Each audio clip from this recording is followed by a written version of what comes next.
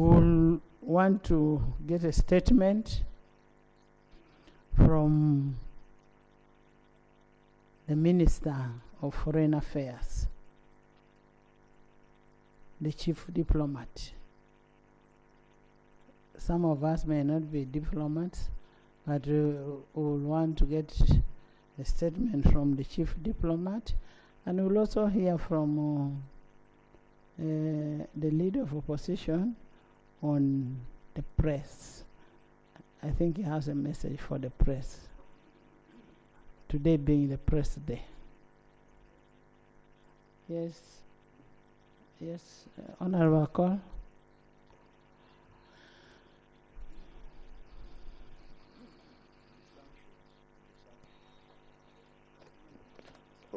Right Honorable Speaker,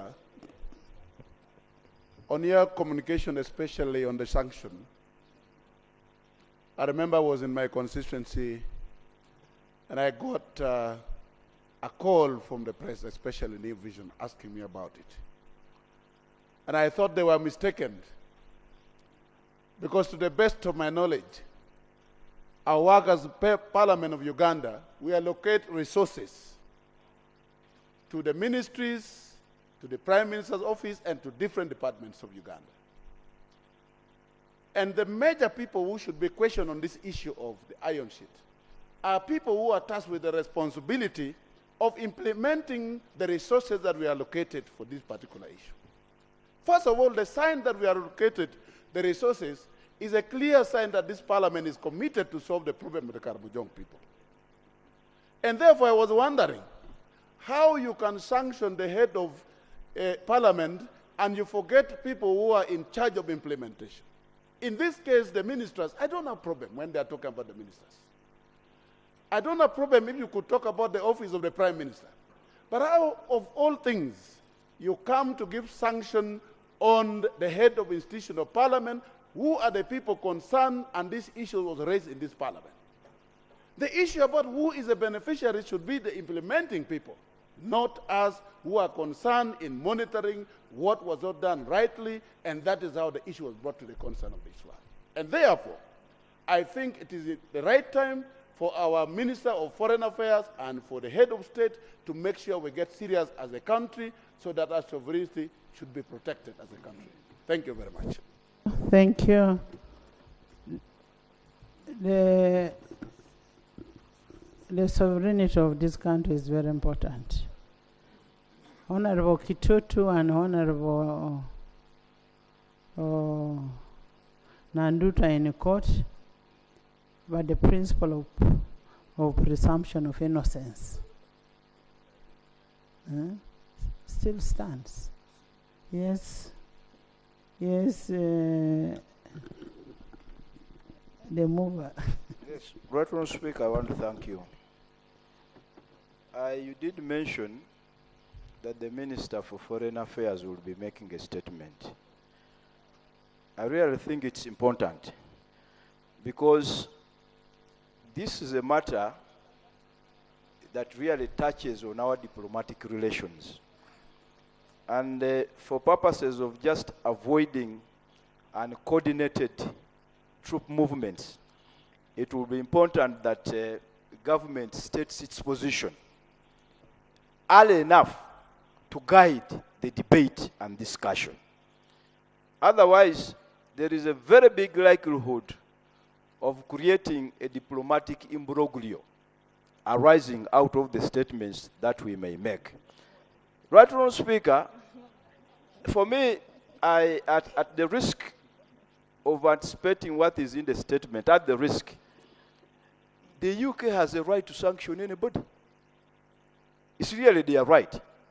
And I don't think anybody should be concerned or bothered. Let them sanction whoever they want. It is really their sovereign right. But what should also happen is that they should respect the sovereign right of other countries. Because you see, you run a risk. You run a risk. I am on procedure. You run a risk. You run a risk, Right Honourable Speaker. We run a risk. We run a risk of undermining each other. So, Right Honourable Speaker, the procedural issue I raise is whether it is not procedurally right for the Minister of Foreign Affairs to first adumbrate the position of government before this matter is debated. Thank you. Honourable members, maybe it is good we first hear from the Minister. Sechi, let's first hear from the Minister. Procedure. Thank you, Madam Speaker. In your communication,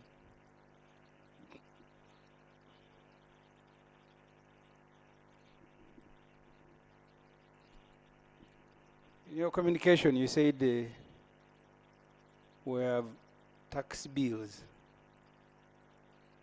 that are very important, as you enumerated.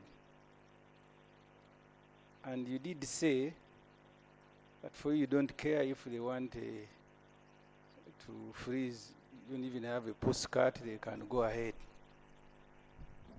If, Madam Speaker, that is your conclusion, is there, and this is the procedure issue, is there a need for government to issue a statement when one of the persons sanctioned has said she does not care? This matter is not serious. So is there a need for government to again issue a statement if you have closed the matter in that fashion? I may be sanctioned today, tomorrow it is going to be you. It is about your country, not an Anita. Me, I can go back and be in my village.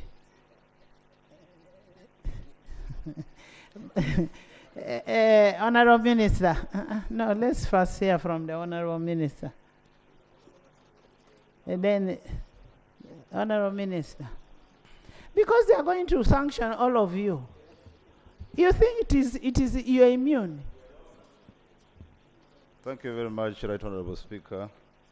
Permit me, pursuant to Rule 52, make a statement to the House and to public.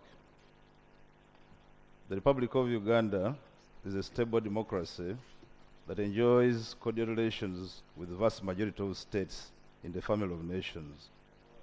Our political landscape since 1996 has continued to evolve in peace and stability, bolstered by faith of its people as the hallmark of the NRM government.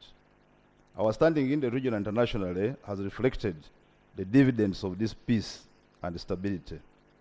The Parliament of the Republic of Uganda reflects the legitimate voice and aspirations of the Ugandan people. It's with surprise that the Minister of Foreign Affairs of the Republic of Uganda learned of a statement issued on the official website of United Kingdom government on 30th April 2024, announcing the imposition of sanctions on Ugandan, open quotes, Ugandan politicians charged with corruption, close quotes.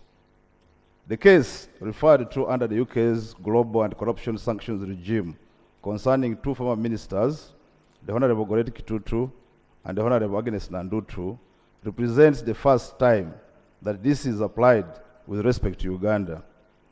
It glosses over the fact that the two cases mentioned had been uncovered by government's own investigative agencies and are currently being handled under Ugandan courts of law. The two on the charge sheet, therefore, remain under presumption of innocence until proven guilty. The third person mentioned in the sanctions regime is Right Honourable Anita Among, who is none other than the Right Honourable Speaker of Parliament of Uganda, who has not been charged by Directorate of Public Prosecution in the above-mentioned cases. We therefore seek to find rationale for actions taken by the British government in this sanctions designation. The Minister of Foreign Affairs looks forward to engaging with the British High Commission in Uganda and indeed Government of the United Kingdom, with whom we maintain cordial relations on this matter, while mindful that sovereignty